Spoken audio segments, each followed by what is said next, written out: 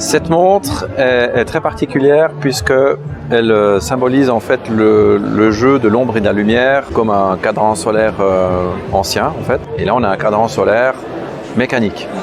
Ça veut dire qu'il va y avoir en fait un jeu d'ombre et de lumière qui va traverser les cadrans et qui va nous indiquer les heures. Alors là, on a l'affichage en fait de cette montre qui est actuellement à minuit. Vous lisez en fait la minute au centre. Il y a un rayon solaire par heure. Et ensuite, je vais accélérer le temps de cette manière.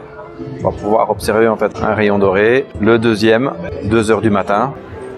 En fait, au fur et à mesure que l'aube avance, les rayons solaires s'allument pour éclairer le cadran.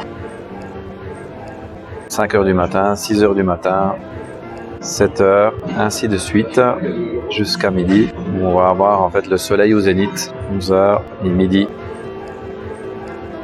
Là, le soleil est au top, mais c'est pas fini, parce qu'une fois que le soleil est au zénith, bien évidemment, comme on est sur un affichage de 24 heures, on va repartir cette fois-ci avec un rayon qui va s'éteindre. Donc le soleil qui décline d'heure en heure, 2 heures de l'après-midi, 3 heures de l'après-midi, etc. Jusqu'à faire les 24 heures et arriver à minuit.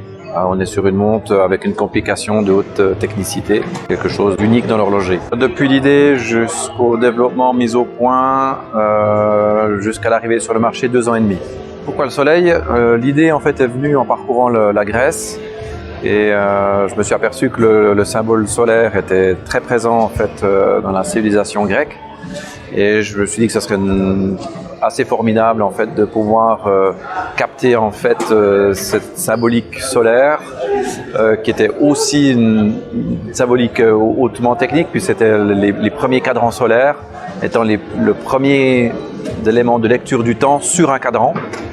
Et j'avais envie en fait de m'approprier en fait de cette histoire et de la transformer dans une montre mécanique. Alors pour la production, c'est toutes des séries limitées, c'est des pièces de haute technicité, donc on est environ la production des boîtes, des mouvements, il faut compter environ 3 mois. Alors on travaille sur des boîtes titane notamment, jusqu'aux métaux précieux, or rose et or blanc. Merci beaucoup. Merci à vous.